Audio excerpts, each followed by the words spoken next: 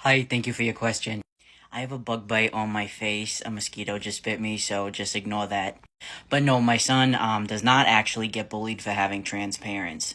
This is my husband and I. It's an older picture, but it's one of my favorites. So it's funny because I actually started transitioning when my son was probably about 3 years old. This is how he remembers me, how he knows me. He doesn't remember me before. If you show him like pictures of me prior to my transition, he will just say it's a girl named Danielle. I don't know where he got that from, but my birth name was not Danielle. He's a smart kid. He knows that I'm trans, like he knows I'm a trans man. I don't think he knows my husband is. I'm really not sure. It just isn't really something we've had to touch on yet. But now that, like, my husband isn't stealth anymore, because he was for a while, which stealth, for anyone who doesn't know what that means, that basically means, like, kind of living under the radar as trans, like, just kind of not announcing your trans identity, just passing as cis. I mean, then again, like, it's pretty out in the open now, and my son is really smart, so he probably knows, I don't know. It's funny because back when I had top surgery, so when I had top surgery, my son was probably about 4 years old. And literally, I remember being in pre op, and I got like an anonymous message, and it was talking about how my son is gonna resent me, how he's gonna get bullied. And I tried to brush it off, but it affected me. Like, I was really nervous, and it was a horrible time to get something like that, like, right when I'm at my pre op appointment. But it was very disheartening, and I'll never forget how that felt.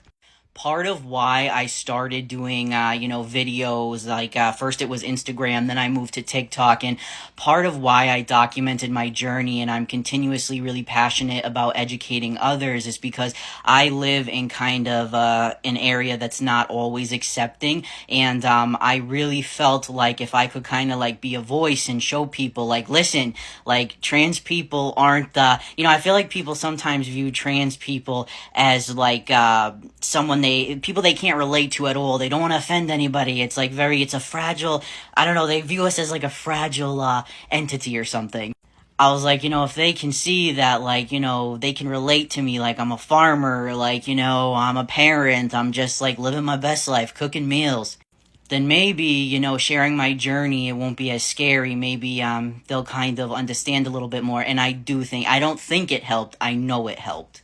Because I've had other parents reach out to me and say that they watch my videos and that their kids go to school with him and that they always look out for him, and they really do. I remember recently, like, it was so hard for me, like, not to cry. I had to try so hard not to cry because my son's school put on a play. And so, like, my in laws and, like, my mom, my husband, we all went and saw him in this play. And the kids were amazing with him. And not only that, but he had this one friend who, like, just helped him with everything. Like, if he was confused in the play, he would like show him, oh, you do it like this, He just looked out for him so much. And I went up to, I think it was his OT teacher. I forget if it was his teacher or OT teacher, but there was a lot of them there. But I was like, oh my God, I wish I could thank him for being such a good friend to my son. And they were like, you don't have to do that because, they're friends. They're not like doing it as a favor. They're friends. And that just meant the world to me. And I had to like kind of like slap myself out of it a little bit to be like, no, like your kid is cool as hell. You don't have to thank people for being his friend because he's just awesome. And to know that like his whole class thinks that, and they're just like fantastic with him. And like, I mean, every time I go pick him up, like there's people saying bye to him, like, the kids will like high five him, or they'll like address him by name, tell him bye, and it just warms my heart. So no, he has never, that to my knowledge, ever been like singled out or bullied just because of my husband and I's gender identity.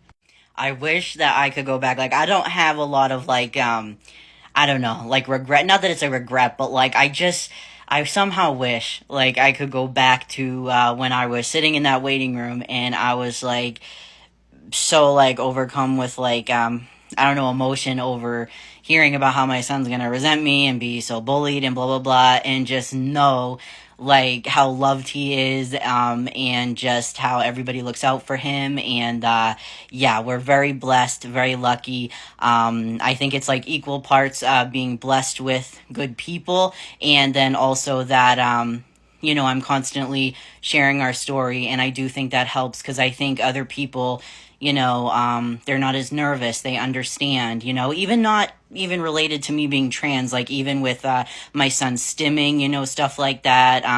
I feel like when you talk about it, you break barriers, like people relate to you more. And so, yeah, it's really helped. So, thank you.